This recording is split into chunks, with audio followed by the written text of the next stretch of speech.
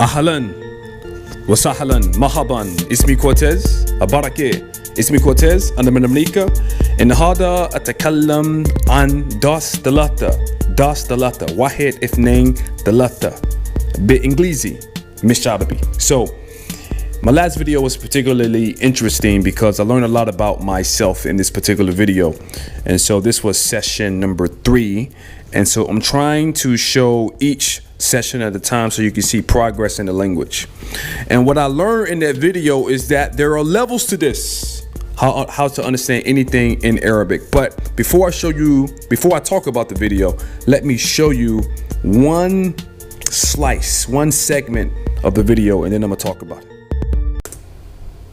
أخبارك إيه؟ أنا كويس تمام، أنا بخير وأسرتي هم كلهم بخير، الأولاد كويسين وكلنا بخير. So real quick, he's just talking about his day. I asked him how things were going, and he's describing that. الجو هنا جميل في مصر، درجة الحرارة دايما حوالي 17 درجة.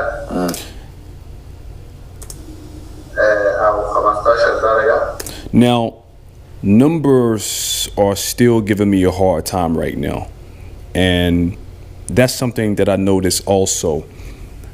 So I do teach ESL, and one of the things that I notice is numbers are a hard thing for people to grasp, and so that's true for me too. And so when you look at these videos, these subtitles are my current abilities, what I can currently understand. And so don't take them as absolute law because they may not be 100% accurate. مش دايما. دائما. ايوه كل يوم مشمس جميل. بالليل بس بارد شوية. بالليل. اوكي. بالليل بس. بس ممكن الساعة 8 بالليل للساعة 5 الفجر. 5 الصبح. اوكي 5 الصبح. يكون بارد شوية، ممكن درجة 1 second. بالليل بس. بس ممكن الساعة 8 بالليل. الساعة 8 بالليل. So that should be 8 o'clock, not 8:30. See? I just saw a mistake right there. الساعة 5 الفجر. 5 الصبح. اوكي 5 الصبح. يكون بارد شوية، ممكن درجة الحرارة تكون ممكن 10 أو 9. And so anytime you see these dots in the videos as well, I don't understand what's being said there. And so that's part of the language learning process, is that there are gaps. There are gaps as the speaker is talking. الحدود دي.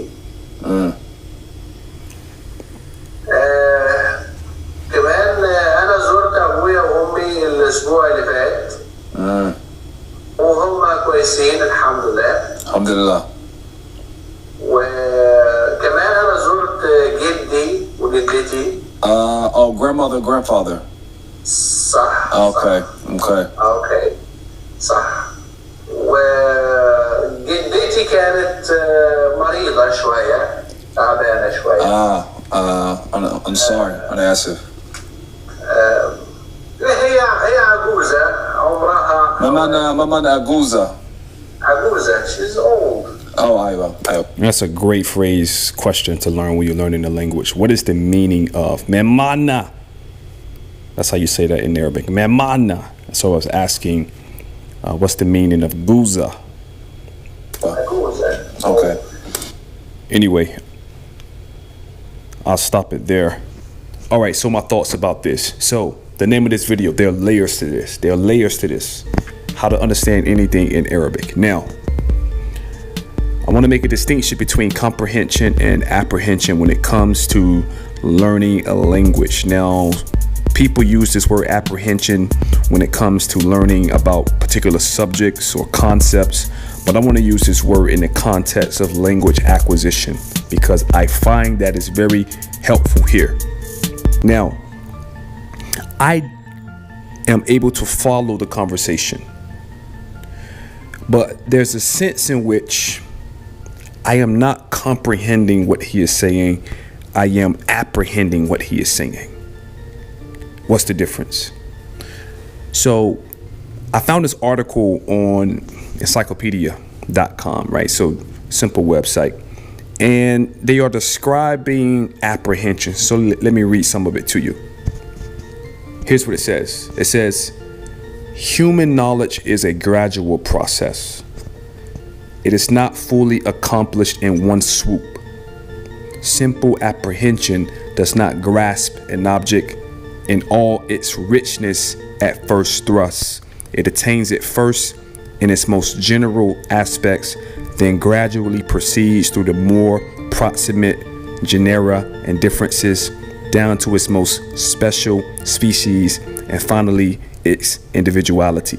Now, at this point, they quote St. Thomas Aquinas, and here's what he said. By way of analogy, when a thing is seen afar, it is seen to be a body before it is seen to be an animal. And to be an animal before it seemed to be a man. And to be a man before it seemed to be Socrates or Plato, right? More and more particular. Similarly, human knowledge proceeds from confused notions wherein an object is known only generically, to distinct notions where it is known in its proper and specific features. Okay, so in other words, you see someone from afar. Okay, I see a body. Okay, and then from there I see a man, and then from there I see a person that I know. It goes from vague or general to more particular, specific. So the same is also true when it comes to language acquisition. Now, when I am listening to him talk about his daily routine, I apprehend it. I'm apprehending it. There are some aspects when I can say that I'm fully comprehending what he's saying. At this point in my language, when someone is greeting me, ahlan wa sahlan, ahlan bik, abarake ana kwayes wa anta, like the greetings, how are you? I'm fine, how are you? I comprehend that. Okay, I'm able to comprehend that. But when it moves into other aspects of life, or talking about your daily schedule, or talking about any other subject outside of greetings, I'm apprehending some of it and I'm comprehending some of it. And so that's why the video title. There are layers to this. There are levels to this. How to understand anything in Arabic. And so the way that you move forward in the language, obviously the answer is easy, but it's very hard to do. You have to spend that time in the language. But anyway, Assalamu alaikum, grace and peace.